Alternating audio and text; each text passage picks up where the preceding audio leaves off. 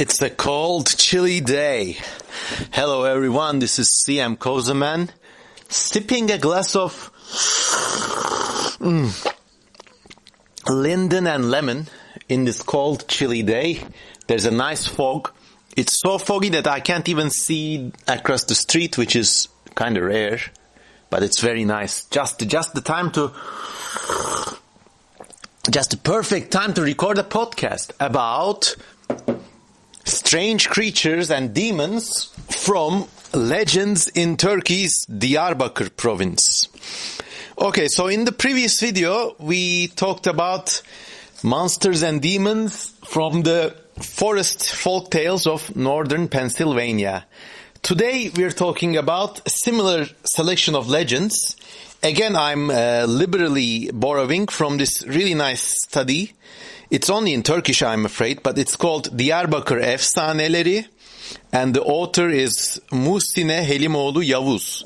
So this lady compiled this really great selection of surreal legends and folk tales from this one particular region in the southeastern part of Turkey.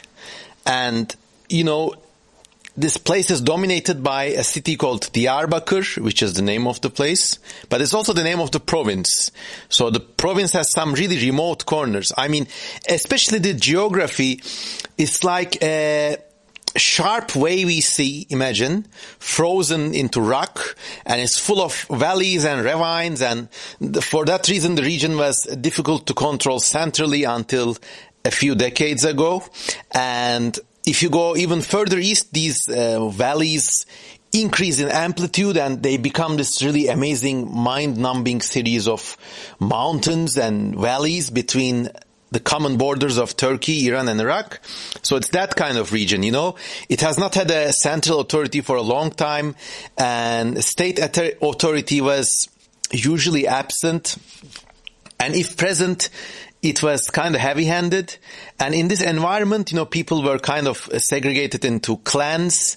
There were many ethnic groups of people. There were Kurdish people. There were Turkish people, mostly in cities and towns. And important thing to note that Turkish people were the landowners in most cases. And then further back in history, you had Armenians, Syriacs, and other non-Muslim groups. But this is the kind of place we're talking about, okay? And you know, it's got a complicated history, and it's the kind of a region where no matter who you are, no matter what your ancestry is, it's the only way to like survive is to have like a lot of actual physical people backing you up. So people invariably kind of develop this clan mentality. But, you know, we are not going to go too deep into the sociology or the politics of the region because I don't want to. It's a sensitive area as it is. This book is a really rich source of many stories, but I'm just going to leave half of them out because they're about historic or religious figures, and I don't want to touch that either, you know. In my part of the world, sometimes people express their discontent kinetically, and, you know, I got enough troubles as it is, so we're going to leave out many historic stories. But there are some really amazing historic stories. I wish I could tell them to you. I mean, without naming any names, one has got this brave, valiant warrior, you know, and he's such a brave warrior that he keeps fighting to take or retake the city of Diyarbakır from the Crusaders or the Byzantines. And he fights so valiantly that they cut his head off, but he still nonchalantly picks his head up under his arm, and with the other arm keeps wielding the scimitar and fighting on. Or you got these legends about these elders, these holy elders, who have got these kind of magical powers, and like one is imprisoned in a tower, and the only way for him to escape is to use his power. So his apprentice comes along and says, "Master, they all see it. Why can't you use your powers to escape this prison?" And so he takes a ride on a shaft of light. I mean, this is years before Dr. Manhattan. Man just straight up turns himself into a wave particle and escapes. So there's like many stories like this that I'm just leaving out. And then there are also some like stories that are not about historic figures, but they're about the legends of a certain place, let's say. And they got all this like weird pathos to them, and I'm leaving them out already, but like they usually run in along these lines that, for example, there was this one ruler of this town, and he was very cruel. He was so cruel that he had the villagers strip barefoot and step on spiky bushes to grind the bushes down to hay. So he was that cruel, and everybody had their feet bloody and whatever. So one day, this ruler fell out of power or something. So one of the villagers he tortured became a shoesmith, okay? And this old cruel ruler comes along and, he says something like, please spare me a pair of shoes. At this point, you think like, all right, it's going to, take a kind of New Testament attitude, and maybe he's going to like not return evil with evil, But no, the shoesmith says, I wouldn't give you shoes if you died. So, wow, that's a plot twist, one that's we are not usually accustomed to in the current incarnation of the Judeo-Christian world. So he was like, you know what? I ain't even giving you shoes. And then you expect the story to end, but no. Actually, the story goes that the disgraced ruler goes all the way to Istanbul and pleads to the Sultan. And he gets strong again and kills the shoesmith. It's that kind of like weird, to us, weird and usually callous kind of stories. So I'm leaving a lot of those out too, because, today we're just gonna talk about mystical happenings and strange creatures. They're politically safe and they're more interesting. And I don't want this channel to turn into a social political channel. So here we go. So there was one village, okay, in which the villagers had to go out to the field from a valley or something, but the valley always faced the sun in the morning. So when they were, when they wake up, they barely have anything to eat. They go out to the fields, and the sun is just blasting them in the face, and it's just so. So the villagers get together. They plead to an elder man, saying, this sun is disturbing us, and the elder man is like a really wily guy. So he said, "All right, you know what? I'll talk to the sun." He says, "Talk to the sun?" So okay. The elder comes back a few days later, says, I had an audience with the sun. You can just go to work in the evening and come back in the morning. So it's sorted. And the villagers, once again, there's this strange plot twist. The villagers are like, wow, he's so smart. He spoke to the sun and he solved our problem. And to this day, this region, which I'm not going to name, is known for the naivete of its people. That kind of story. I'd like to have a conversation with the sun. This guy had it easy. Another story. Okay, let me just give a brief read. Usually I used to skim read these from an English book, but now I'm reading from a Turkish book, so I have to kind of do a little translation lag. Enjoy my ASMR, by the way. Okay, so once there was a villager, and he went to the Hajj, which is the sacred duty of all Muslims. But, going to the Hajj back then it's a dangerous and expensive thing, and travel isn't as easy. So he got robbed, somehow he lost all his money, and he was caught somewhere without a place to go. He was destitute. And then he ran into a group of people and said, there's an elder guy from your village here. Maybe he can help you out. Okay, so he goes to him and says, sir, I ran out of money. I don't know what to do. I'm destitute. Can you help? And the elder is just like, come over here, my young friend. And he comes over. And the elder goes, close your eyes. And he closes his eyes.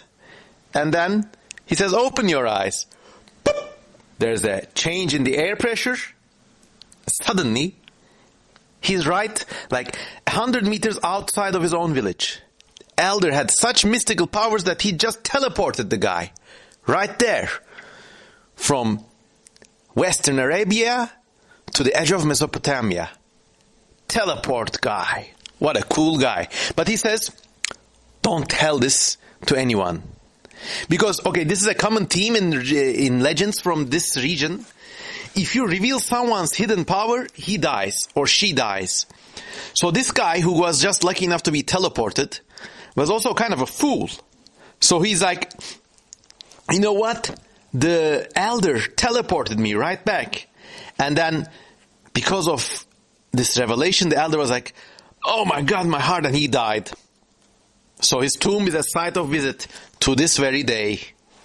People still actually visit these sites. That's why I call these legends and not folk tales, because legends have more of an air of veracity in them. And to this day, people believe in them in a way. So, whereas folk tales, everybody kind of knows they're like tales. So that's why we're calling these legends. So that was one legend. But what better legend there is than the boogeyman? And of course the region, well, the entire part of the world has a strong and long enduring belief in jinns. But I believe these are like far older beliefs. They predate the last religion. But the gist of the matter is that the final great monotheistic religion has like written into its rules a class of supernatural beings called the Jinn. And the Jinn, like, you may be familiar with them a little from Aladdin's genie, but in the Judeo-Christian tradition, these supernatural beings are always evil, but the Jinn are not like that. They're like a parallel group of intelligent beings who are just doing their own thing. And there are versions of jinns who are like devout Muslims. There are jinns who are evil. They are good. They can just be like people. Heck, there's even tales of men and jinn women marrying and having kids. So remember that this was a part of the world in which many ethnicities and religions lived together. Not always peacefully, but what kept them apart was like a distinct sense of tribalism, and let's leave it at that. Never forget that probably until 1945 or something, most of the world was very finely divided along ethnic and tribal lines. I mean, intermarriages and cooperation happened mostly in the cities, and out there in the countryside, in a place like what we're discussing now, different groups of people were almost like different species of people.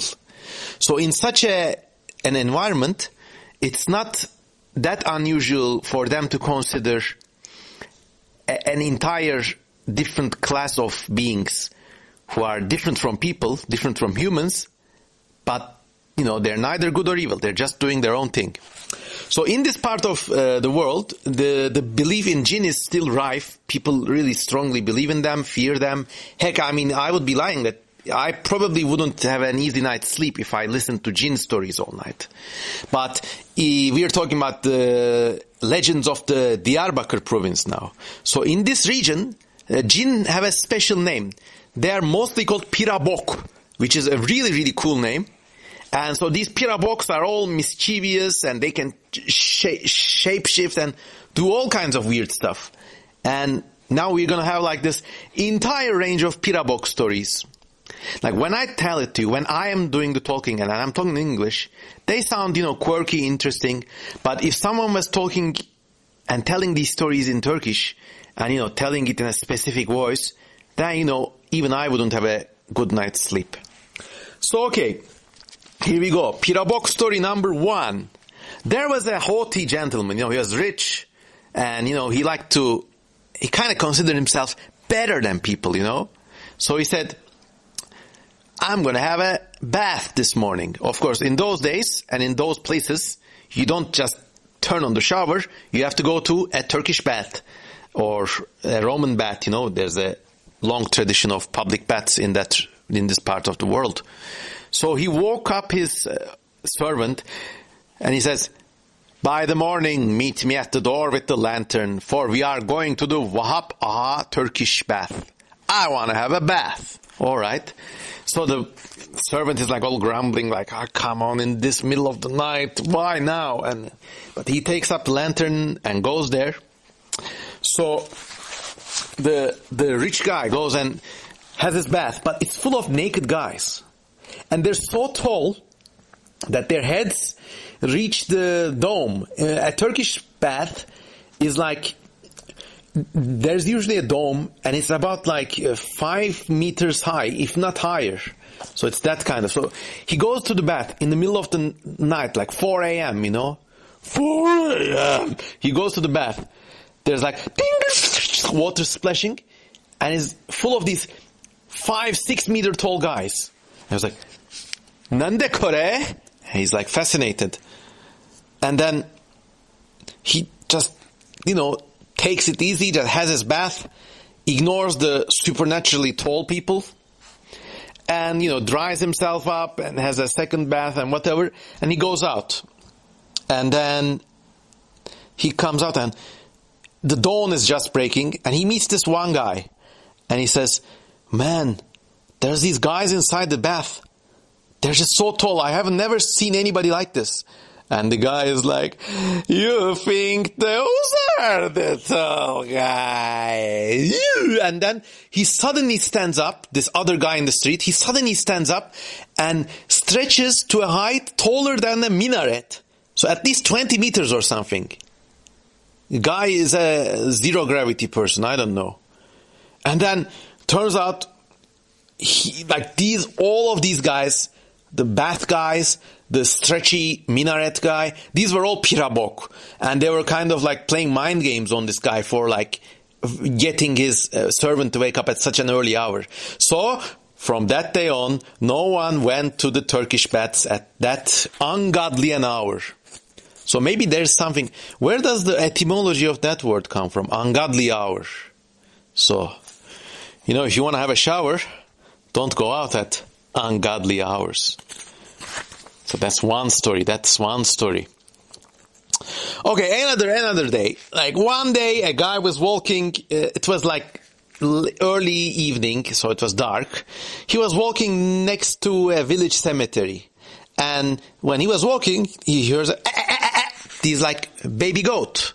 It's like a mini goat, only with a bigger head. And then, oh my God, little guy, what are you doing here? So he picks up the baby goat, and he was like petting the goat. Oh my God, you're so cute. And then suddenly the baby goat's forelegs start growing longer and longer, like almost stretching into a human hand. There's fingers coming out from the sides of the hoof, that kind of stuff. And then he was like, oh my God, this goat's forelegs are growing. And then suddenly the baby goat, with his like ungodly long hands, turns his head to look at the guy and says, of course they grow. What did you think? And then in Turkish, this is written in such a way that like, stick around and see what else grows almost. And it's almost hinting at some other places growing. And then the guy was scared, spiteless. He threw away the goat and ran away. And so, from that day on, no one walks by that cemetery. I love this. All of these Pirabok stories, they sound really similar to these yokai stories from Japan. But it's thousands of miles apart. And I always wonder if there's like some certain central Pan-Asian belief in supernatural beings that has reached both cultures. So, anyways, in one part of this region, okay, they called the Pirabok those who are better than us. Because they don't want to name the Jinns or the Piraboks because they worry that the names will summon them somehow. So they go, oh, those are the ones who are better than us, Kind of harkens back to today when it's like, you think you're better than me, huh, motherfucker? That kind of thing. But no, that these really are better than people because they're supernatural, they can shapeshift, and you don't want to mess around with them. So one night, those who are better than us changed into human form and called a midwife Knock, knock on the door. Who is it? Help! We're from a different village. A woman is giving birth. You must come with us right now. Of course, the midwife comes along. Back in those days, there are no hospitals. Then no one calls 911. So that kind of place, she has to go. So she packs her bag and goes. On the way walking, she sees that the man's feet have been mounted backwards. And this is a very common motif in Jinn stories, or Pirabok stories, or the stories of those who are better than us. So they walk heel first and the toes point backwards. And then she realized, oh my God, it's those guys again. But she didn't say anything because she was so scared. So off they go. And turns out, it's a Jinn house. It's like, no, we're gonna have a baby. If this kid is a baby, if this kid is a boy, we will make you rich. But if we have a girl, then we're gonna straight up kill you, midwife. So, combate. Do your best and pray that it's a boy Jinn. So, what do you expect? The mother Jinn gives birth. I for the life of me cannot imagine how a shape-shifting creature might give birth. Maybe it's like the end of Terminator 2, like changing into all kinds of forms, screaming, and then finally, at the end there's a baby. Baby! That kind of stuff. So, unfortunately it was a girl. But the midwife was very scared, but she was also very wily. And it was like common in those days for midwives to carry a piece of beeswax around, you know? Because to seal up wounds or just as a natural antiseptic or something like that. So, quick thinking, she quickly molded the beeswax into a little pee-pee. I mean, there's no way around it. That's what the legend says. So, she puts on this makeup and changed the baby girl into a baby boy and says, oh, you have a son. Come look. And then all the better than us come there and, oh, we're so happy it's a boy. You done well, midwife. Here, have your payment in gold. And then they proceed to fill her pockets and her bag with onions. But they say gold, but they give her onions. And the midwife is like, okay, she doesn't say anything, you know, because these are really unpredictable beings. But then when she gets out of there alive, thanks to her wits, she throws all the onions away. But at the bottom of her sack, you know, one little onion, she overlooked it or something. You know, when you go to the grocery store, you get these little onions, they're little onions, those kind of, yeah. So when she comes home, she sees that the last little onion that she forgot to throw out, given to her by the Pirabok, the Jinn, those who are better than her, has been turned into a solid lump of gold. Turns out, the onion was the gold of the Jinns. How would you know? Remember how, isn't this extremely similar to the story in Hayao Miyazaki's Spirited Away? You know this great anime film? There's a creature called No Face, and he's passing gold to everyone, but when he leaves the place, all the gold turns to like mold and rusts. It's the same logic. Supernatural being with ordinary objects for gold. In this legend, it's the other way around. The onions turn into gold. And then it turns out, well, she could have kept the other onions, but even that little bit was enough to make her rich. But then, one night, she's sleeping. Now there's a sound on her roof. What's it? You fooled us! You pulled us a fast five! The baby in! It's not a boy, it's a girl! You made a wax pee-pee!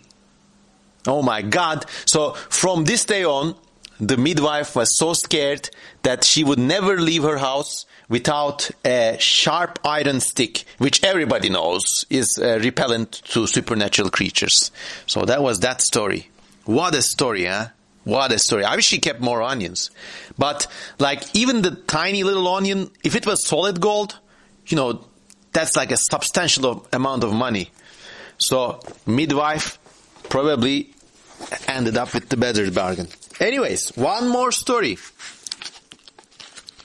Okay, so this one guy had a house with a built-in goat corral. Okay, I've actually been to this part of the world, and there's still people who live in similar houses. So forget anything you know about suburban houses or even apartment blocks. These houses are built out of stone. They're very cozy inside. But usually, remember, this is a part of the world where state authority is not very strong. So you can only rely on yourself and your clan. So the entire clan usually lives in one or two interconnected houses. They're all built out of stone, okay?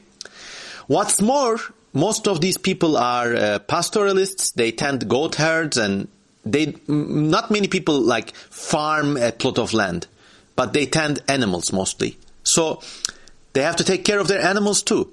So the animals have to live in an adjoining structure. In fact, myself and a friend visited a friend of my friend who lived in exactly such an arrangement. So the house was like a 3 or 4 level stone dwelling, and at the bottom floor there was something like a cross between a cave and a cellar, which was also part of the house, and that's where all the goats lived. And the cellar had another door where they could let the goats in and out to take them out to pasture, that kind of stuff. So it was like a very compact, very cozy arrangement. So many people live that way. So this legend is set in a similar house. Except in this case, the goat's quarter was connected to a cave that led deep, deep underground. And no one knew how deep it went, okay?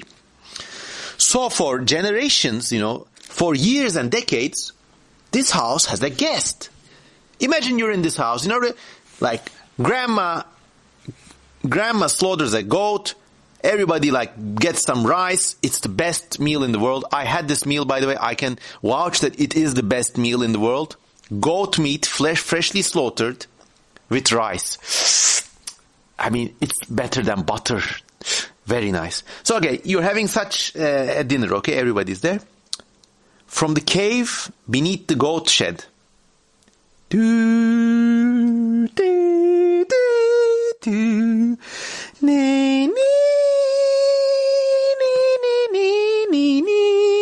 this girl comes.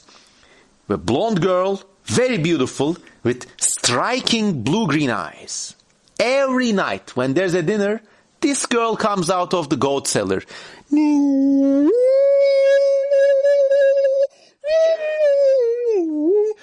She sits down at the table. She eats with the whole family. And the whole family is cool with this. She never speaks to anyone. That's her deal. And everyone ignores her. She's just a part of life. Old Goldie, coming up from the goat cellar. So, this has gone on for generations. And this girl, who obviously was a Pirabok, was a source of felicity and bounty for this house and this family. For generations to come, it was implied that her presence made this family lucky and, protected them from disease and financial ruin and all those things. And then one day, there was a stupid guest who was and they were come on, by the way, we have to tell you there's this and this lady who's at our table comes up from the goat cellar and goes deep into the underground in the morning. Don't talk to her, But this guest was a stupid man. I mean, what can you do? And then he says, tell me, what are you, a Jinn? And he holds this lady from her arm. And the lady gave her one bad look. And she said, let me go, or you will find your trouble. In Turkish, it sounds cooler. let me go or belanı bulursun. And then she disappeared into the cave. The man was disgraced and like he left the house. He ruined the whole dinner practically. And then afterwards, the whole house fell into bad times, you know. Everybody was ill. Their financial status was like destroyed. There was a famine. There was diseases. The family fell apart. So the next tenants of that place built a wall into the tunnel from which the lady Jinn used to visit from. What a fucking stupid guest. God damn it. Okay, another legend. So there was another Turkish bath. This is a place where the Pirabok like to hang out. So one night, a guy entered this Turkish bath in an untimely time again. And to his surprise, he saw this group of Jinns again, or Pirabok, or those who are better than us, singing along. Çarşambadır çarşamba, çarşambadır çarşamba, çarşam, this kind of song. If you translate this song, literally means it's Wednesday, it's Wednesday, it's Wednesday, my dudes. So I cannot believe at the powers of synchronicity, and I cannot believe for the life of me, it cannot be a mere coincidence that this decades-old supernatural creature myth from Turkey's Diyarbakır province preempted and predicted it's Wednesday, my dudes frog meme. How? Or was the meme created by these Pirabok living in the digital age now? Dear Pirabok, if you're living in the digital age, please wire me 2 Bitcoin. Anyways, this guy went into the Turkish bath and the Jinns were Çarşambadır çarşamba, they're singing along. So they were also very strange. They looked like humpbacks and very, very short, like even shorter than midgets. Probably like as tall as a man's knee, you know? And all hunchbacked, weird. So this is a second species of Turkish bath-dwelling supernatural creature from this region. Remember, the first species, which we talked about earlier, was 5 meters tall. So the man was really scared, but it was Wednesday, so he was like, it's Wednesday, okay, let's sing along. You know, when you're hanging out with this crowd, you just have to go with the flow. And then all the hunchback midget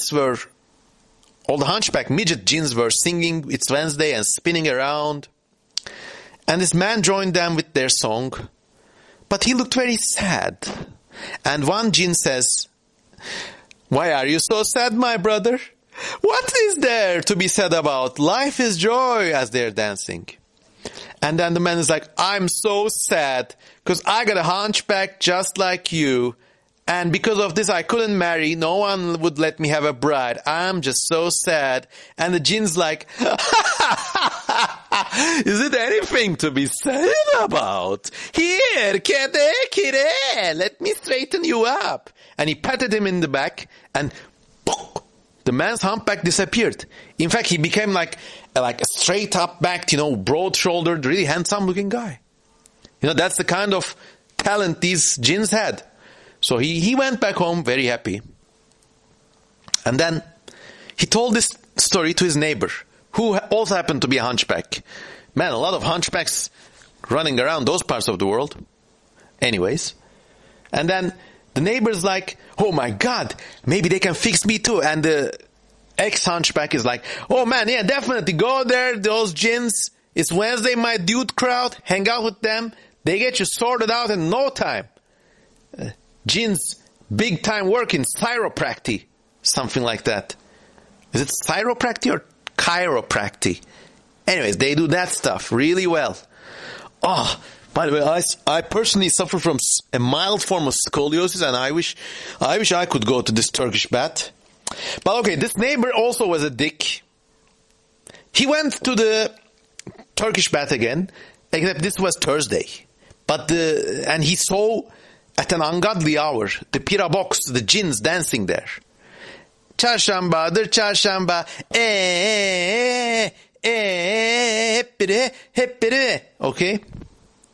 But this guy, like, you know, these assholes, you could find them everywhere in this day and age too, like in work, in life, among friends.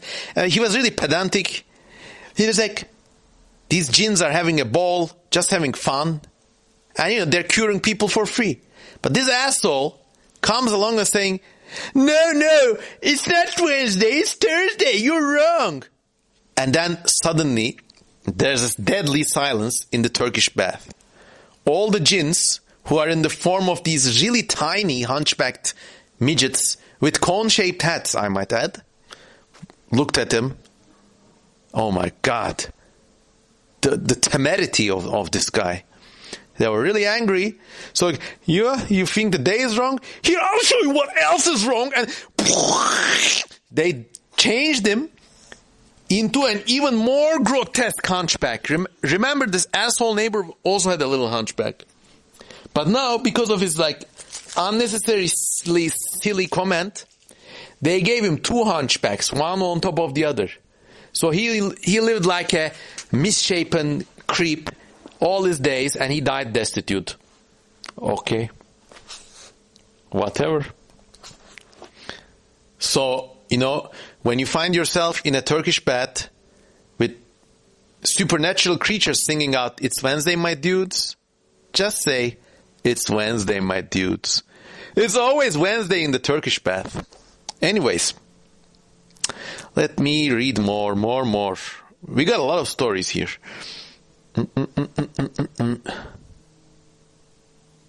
Oh, who can forget the Nightman? The story's titled is the Nightman. Okay.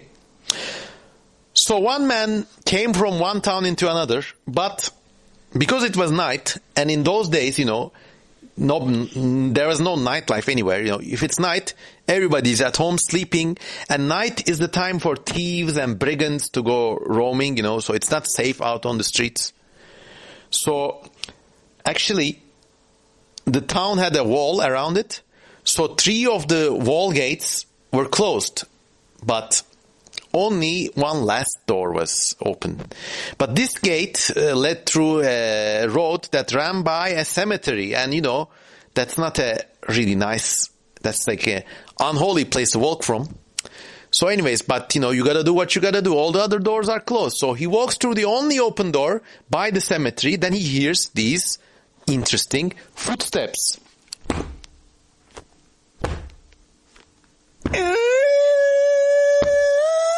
And then he looks around. Oh my God, it's the Nightman walking behind him. The story says, his feet were on the ground, but his head was as tall as the sky. So this was very scary, and the man ran away. I only read the story because of the really, really cool title, Nightman. Who is it? Nightman. And if you hear the footsteps, watch out. It might be a 40-kilometer tall guy walking behind you. I don't know. Okay, another story. Another name for these supernatural creatures, which are mostly called jinns, but in this region they are mostly also called Pirabok. They're also called kepos, which is another cool name. Okay. So this one guy was really rich, okay? He had the best horses, but every morning he wakes up, the horses look really tired, and someone's braiding their tails. That's really mysterious. You know, nobody else can get into this guy's stable. So he says, you know, I guess somebody's riding these horses when everybody's looking away or something. Very strange.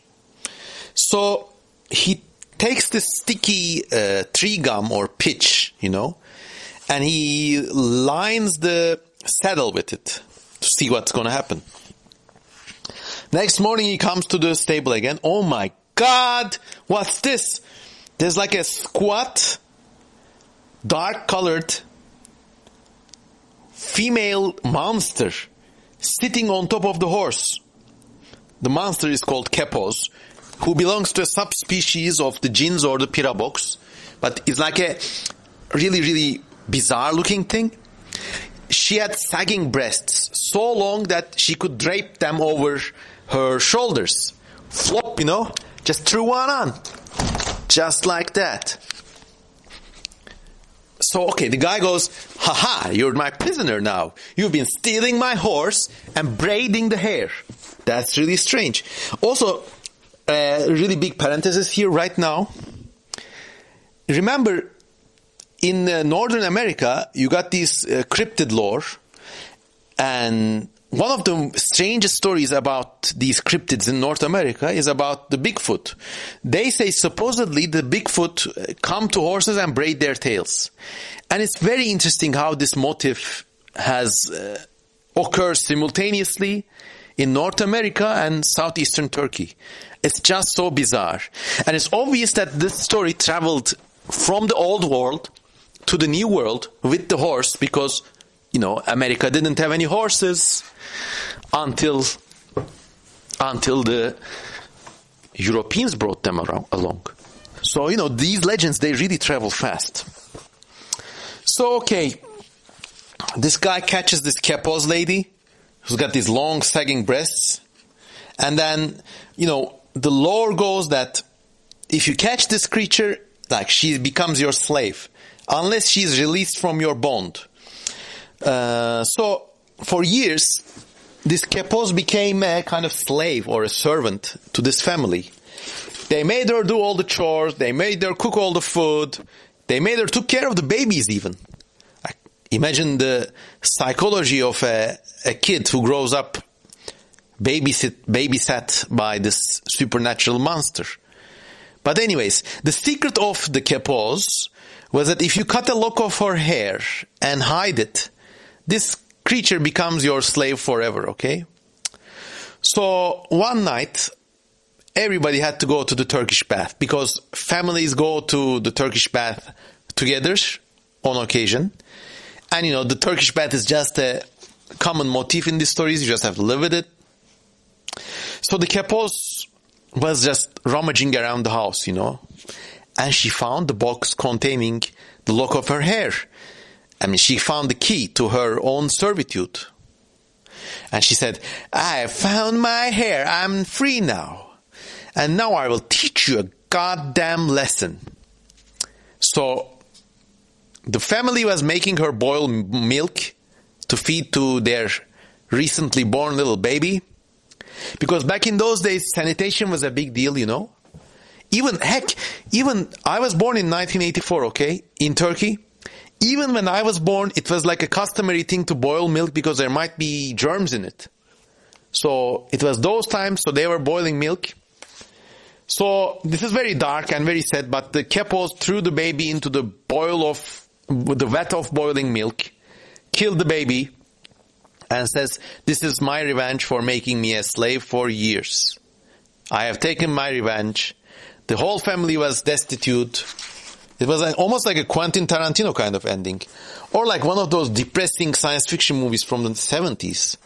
I don't like this legend at all. Anyways. Okay, one more. Alright, this is a really good one. This is a really, really good one.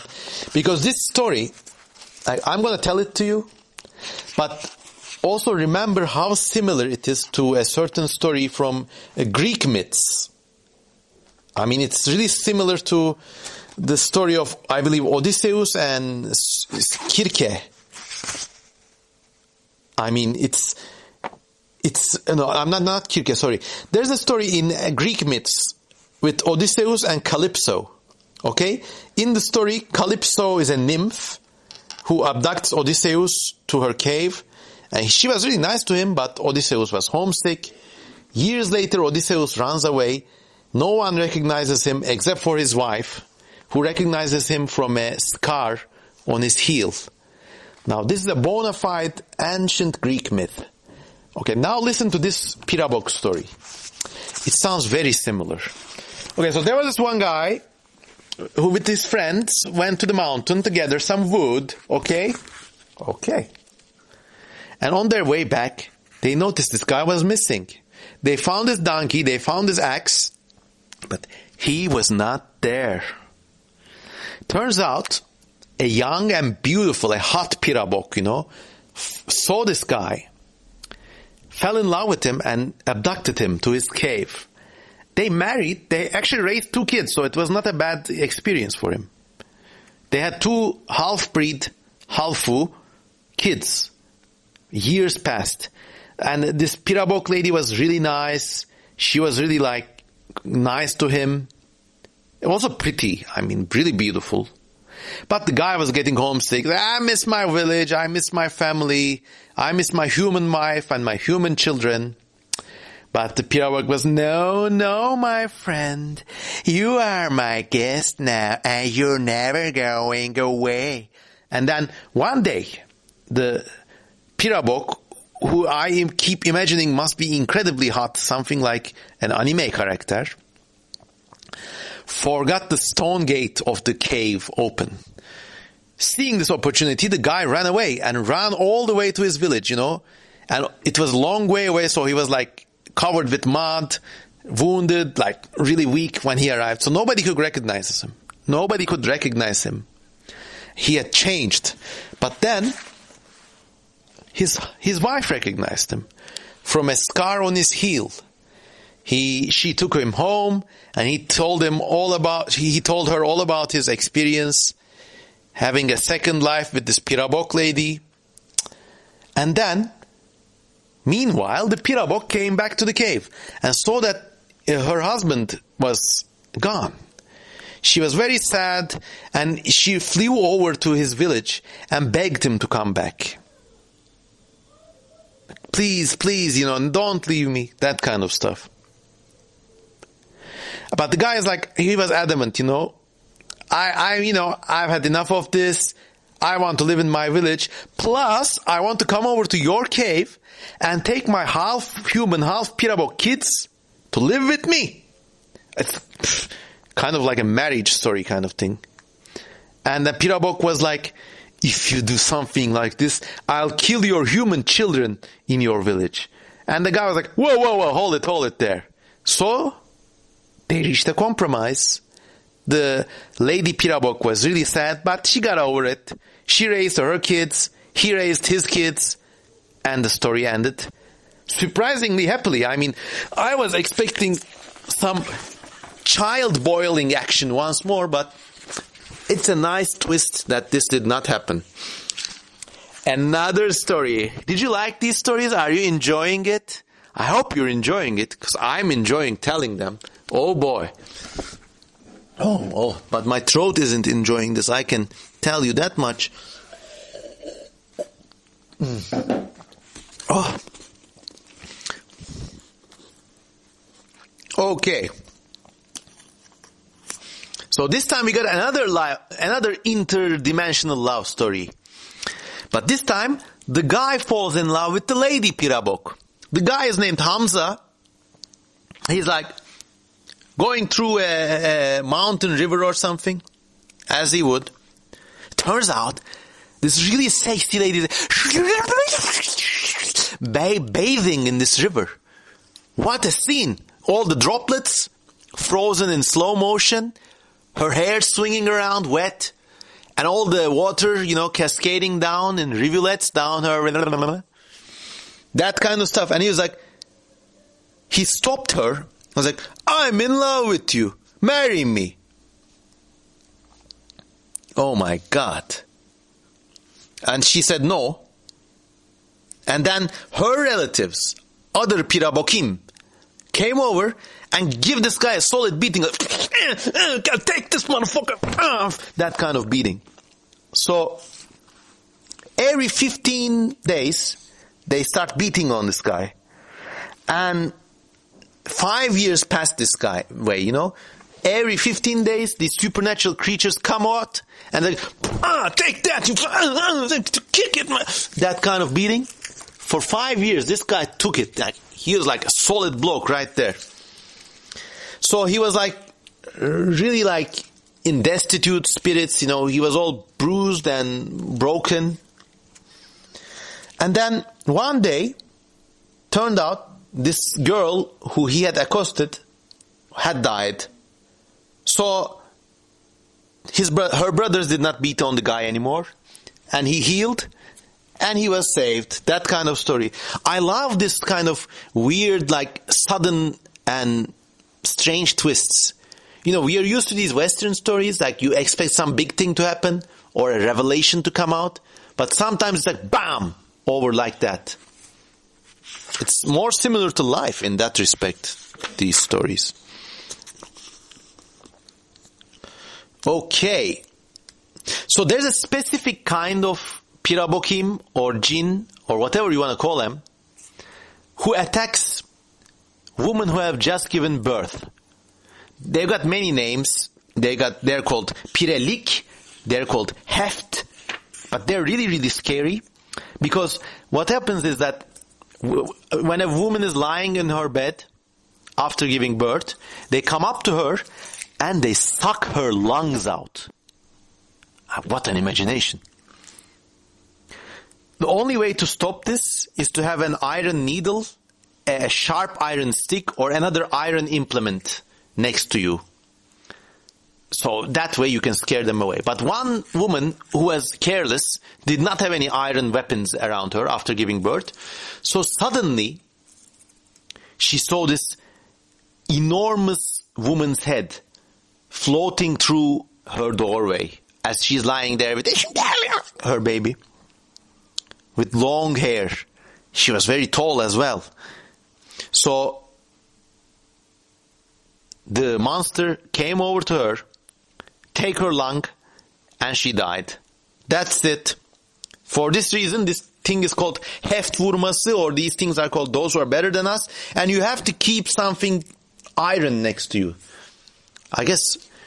I wonder what caused these legends. I mean, was there a kind of COVID kind of thing floating around? I don't know. There must be some kind of pulmonary infection. And you got many, many stories like this, and I'm not going to read them all to you. I'm just going to give you a sampling. Okay, what about snakes? So in this vicinity, in this city of Diyarbakır and the region, snakes are a big deal. There are many kinds of snakes living around, and it's like a great place to go field herping.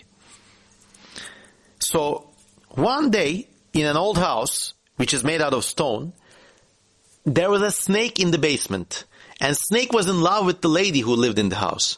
So wherever the lady went, the snake would like float through this masonry and appear in cracks. And then she was very scared, so she went to her neighbors, help, there's a snake. And neighbors like, let's take a look. And so they came over to the house, they took a look. And turns out, don't worry, the snake is in love with you. And just ask the snake anything you want, and he'll bring it to you. So the woman was like, all right. And bring me, if you love me, snake, she said, bring me gold and bring me a gift so that I know you love me. So the snake disappeared and didn't come back for years. And then the woman was kind of crestfallen. I guess the whole love thing was a lie, huh? But then years later, they were kind of renovating the house or like, I don't know, thickening the walls or something. They found a skeleton of a snake with a golden brooch or broche or whatever you call it. Those things you stick in your lapel with a needle in them. So the snake had choked on the golden jewel and died. All for her. Oh my God! It's just sad. There's more tales of snakes in love. I mean, there's also a lady snake falling in love with a man, and like she always wraps herself around his midriff. I guess she gets to do something else. Well, she's down there, but I don't know. But then the snake dies, and finally the guy's like, all right, I can marry. And he marries a human wife. End of story. That kind of story. More. Oh, by the way, remember that strange Odysseus myth we just saw the adaptation of? What a strange story that was. I wonder how it traveled all the way from ancient Greece to this part of Anatolia. Of course, people travel a lot. I mean, people travel even in historic times, even in times where, you did not have cars or trains or jet planes. People really traveled far and wide. But it's just strange how this part from Odysseus was adapted into a folk tale in Diyarbakır. And then it's just, I don't know, I've been thinking about it for a couple of nights actually. If you have any ideas, please write about it in the comment section. Oh, by the way, this part of Anatolia is not a historically Greek part of Anatolia. You had Greek populations in certain parts of Anatolia into like quite recent times. But in this part, the Diyarbakır province, you did not have a substantial Greek presence at all. You had a lot of Armenians, but I believe this was not a popular tale with them either. So who knows? If you have any ideas, share them with me in the comment section. All right, so there was, let's see, another story. I got to read this a little to give you a quick flash summary. Oh, okay. So there was this like evil dervish who came over from India. So of course, India is at the end of the Silk Route, which used to pass through Diyarbakır. That's why the city was so rich back in historic times. So this dervish came up to this door and says, "Can you give me 2 strands of hair?" Out of nowhere. And, when dervishes come along, most people do what they say because they're mysterious and strange. But this girl was like a wily girl, she was like a two-fisted frontiers girl kind of thing. And so she knew something was fishy. So she went down to the cellar and saw this old black blanket and took 2 hairs from that blanket. She was also like really nice looking brunette, I guess. Hair was the same color. And went up to Dervish, "Here you go." And Dervish said, "Thank you, madame." And then next night, there's a sound coming from the cellar. And then, oh my God, what's going on? Turns out the old blanket is getting up like a person and walking. Nene, nene, nene, nene, nene, nene. And everybody chased the blanket. Followed the blanket, I'm sorry. Where is it going? Of course, it goes to a cave at the outskirts of the village where this evil Indian dervish is working his evil Indian satanic magic. I mean, this girl was so lucky and she knew it. If she had given her own hair to this guy, he would have used the magic to summon her. But no, it only worked on the blanket. And then suddenly, all the girls' brothers, cousins, father, uncles. Remember, this is a clan-based society, so you gotta, wherever you go, there's like a lot of men. There's like, "Oh, come over here," and they're like, get the motherfucker," and then they like kick the stuff out of this evil dervish, and he repented, and he never used black magic again. So that's there. All right. Another legend.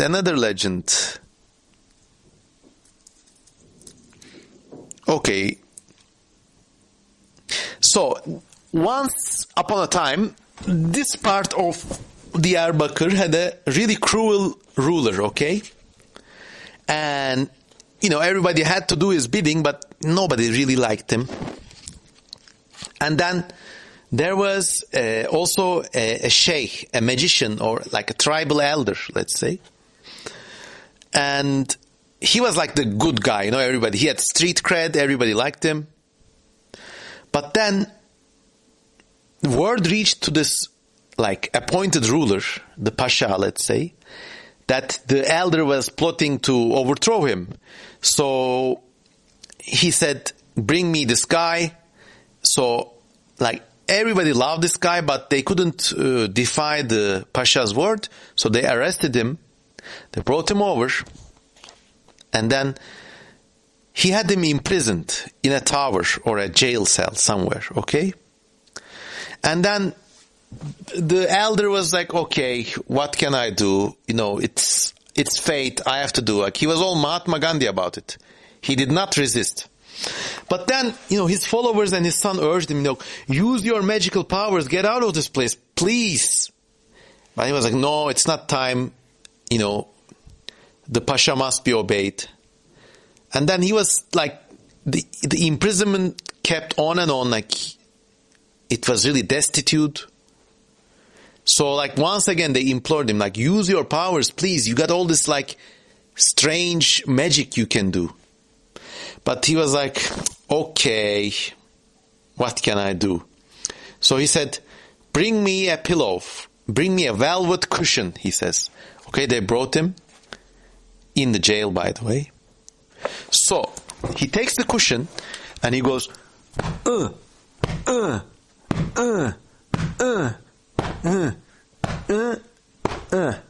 6 or 7 times. He strikes at this pillow.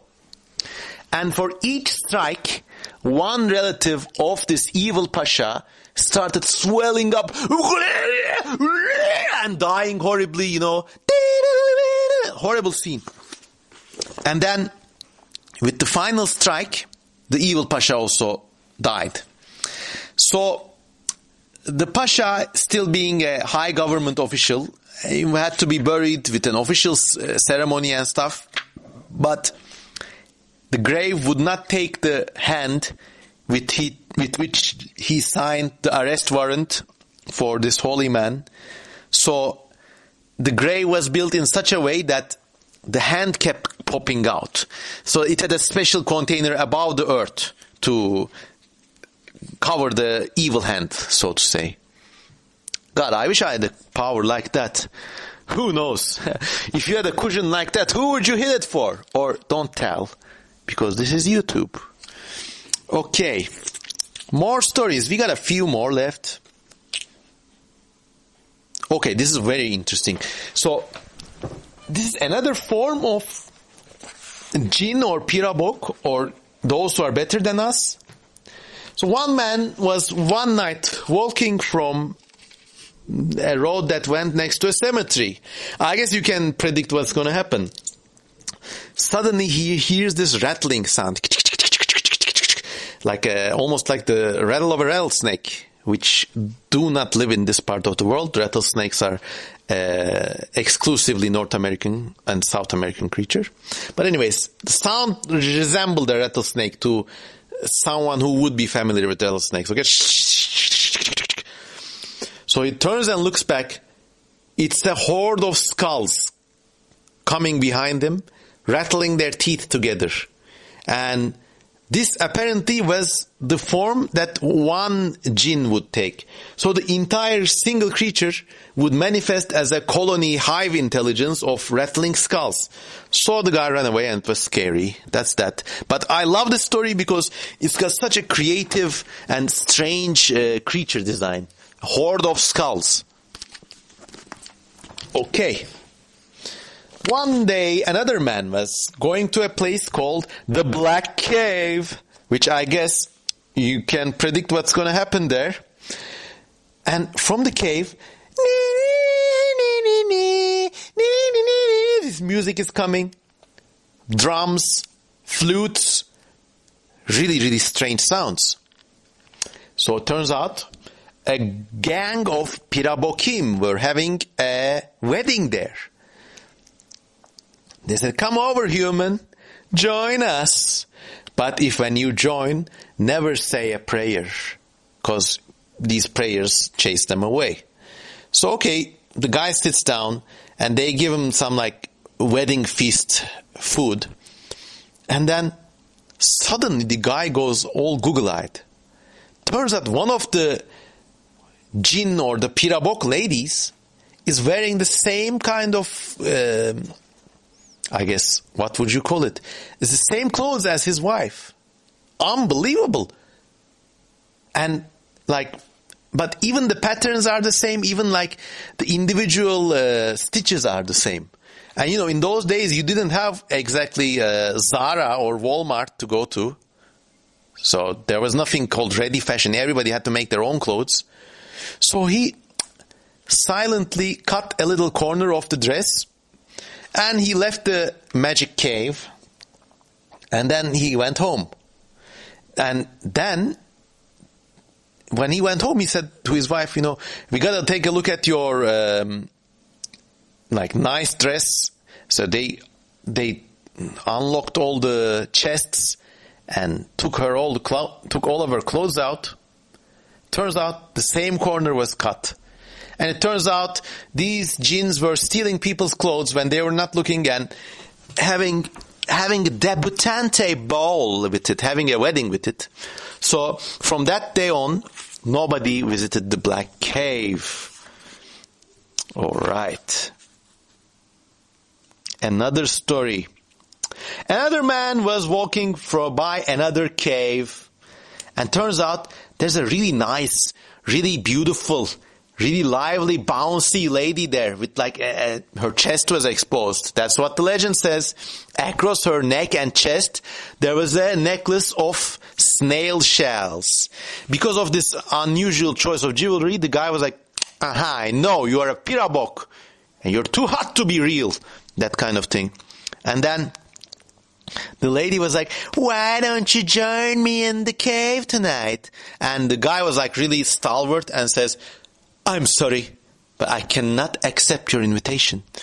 And then whoosh, the hot snail lady disappeared, and she was so sad that she died. And because of her death, for some reason, a nearby stream started flowing red. Blood from an invisible Pirabok lady. This is actually really sad. I mean, I don't know.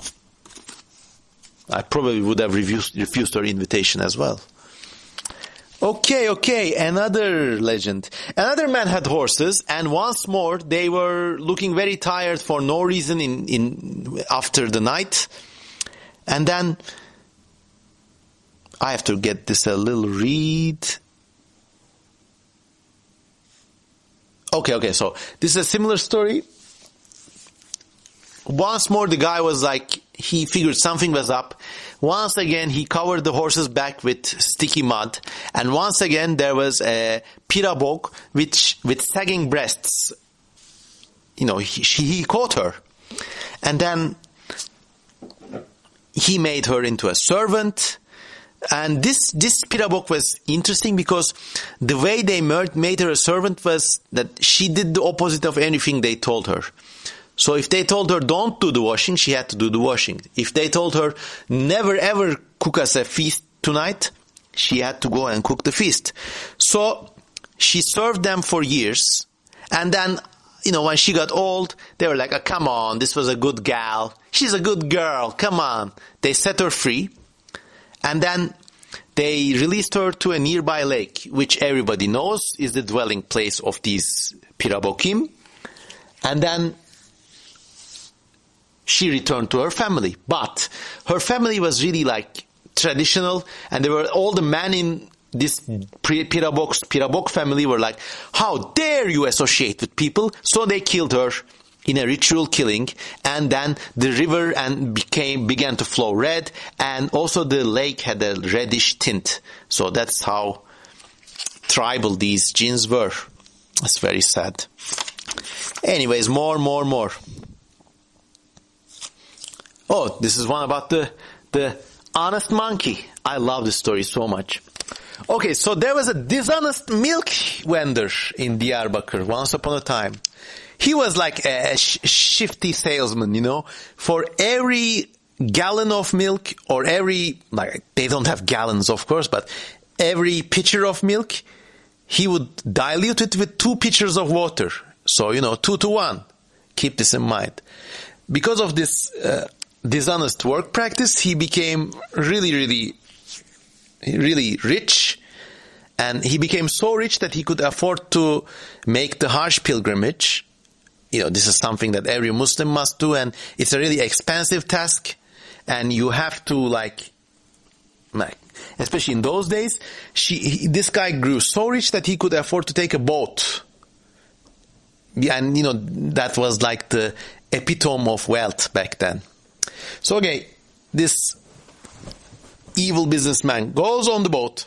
Boat docks at Alexandria, where it is about to cross the Suez Canal. So this legend is old, but it's not that old. But suddenly, when they were crossing the canal, a monkey jumps into the boat. Maymun! And then the monkey steals this man's gold purse. And everyone's like, oh my God, get that monkey on it. He was like, wait. Because the monkey had a strange look about him. And he looked at this shifty, dishonest milk vendor. And he opened the gold pouch. And boink, boink, 2 gold pieces he threw into the sea. And one he threw back at the guy. Boink, boink, 2 more he threw into the sea. And 1 more he threw at the guy. And when he was doing this, the monkey, who obviously was not a monkey but a Pirabok in a monkey's clothing, started speaking in a human voice. And he said, 2 to the water, 1 to you. 2 to the water, 1 to you. So he was kind of, you don't have the federal government, so you have to have the supernatural creatures break up companies and penalize commercial misconduct back in those days. And they were like, oh man, we gotta shoot this monkey. But no, the milk vendor, he knew what was about. No, he was like, let him, I deserved it. Now, if this story happened today, imagine it's California, Facebook offices. Suddenly, a Maymun appears in the Facebook office, and Maymun has like this mad hacking skills. He hacks into the Facebook mainframe, and he officially splits the company into 3 companies, trust busting. So from that day on, Facebook became Facebook, WhatsApp, and Instagram. And then the Maymun, was such a hacker that he hacked the like function out of existence, so nobody could see how much likes they received. So all the people breathed a sigh of relief. And they never had social media associated mental disorders ever after. We could all use a Maymun like that. And I kept extended this story because I just like saying Maymun so much. I could say this all the time. And our last story is probably my favorite. There was a neighborhood, which was a really haunted neighborhood in the city of Diyarbakır, okay? And there was this one house which was haunted. And anybody who rented this house died of fright. Because the 3rd day they moved into the house, they would hear this strange knocking sound in the middle of the night. Imagine you're trying to sleep, it's 3 a.m., suddenly, oh my God, what's this knocking? And it comes from the walls or the ground. The sound had no source. It was like, and then a human voice begins, Galim, which translates into, I'm gonna come over. So everybody goes out of their minds, they go mental, they go ill, they die of fear. But one day, this smart and young and, brave guy, I want to hire that house. And they were like, that house, it's not the best house. Come on, let me show you. No, he said, I want that house. Oh, well, that house, come on. What's wrong with that house? Nobody likes to say it, but it's haunted. Come on, don't look at a house. Look at another house. And I'm like, no, give me that house. And the guys, the real estate guy, I don't know. They're like, okay, well, you asked for it, but, don't go blaming us when you get scared out of your wits the next day. And then the guy moves in, and sure enough, after 3 days, the sounds begin.